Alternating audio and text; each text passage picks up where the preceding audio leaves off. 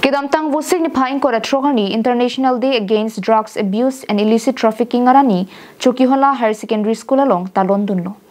Bangso ke talon ponji aphanpura Chokihola Police Station atum kachipatir pi pon along Chokihola HS School TLNC TAC Lapen Village Defense Party atum cherap chito dunlo.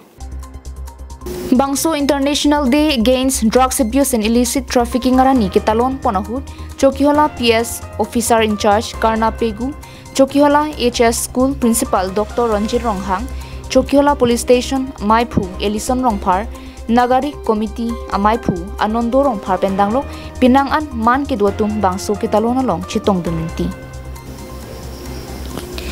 Jai mega teng pen ka chitong do ana tumaphan kurwang thu ke bajer pen bangsora ni kitalon nang ko kaputhak Dr. Ranjit Ronghang hin pen klarda kalam thi than paklang pon la pen drugs abuse and illicit trafficking aputhak abangke ki du la pen kachichini che thek atum ana phanstami kachithan chimun bonji aphanstami than pachini ponthu nona kai hut ovi kimiatum rakya hormu ki chophai abang nang bat bomlo Sitami bangso araki ke chua hin na bangke chari dunamasi nangni.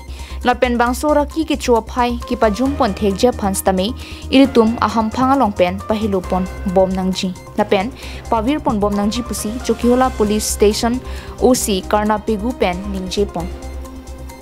Bangso mai long say no to drugs, say yes to education puasimi sitami dengpon si misen pen mai pajut pon. Koilamati pen Samsung iti carbing long life.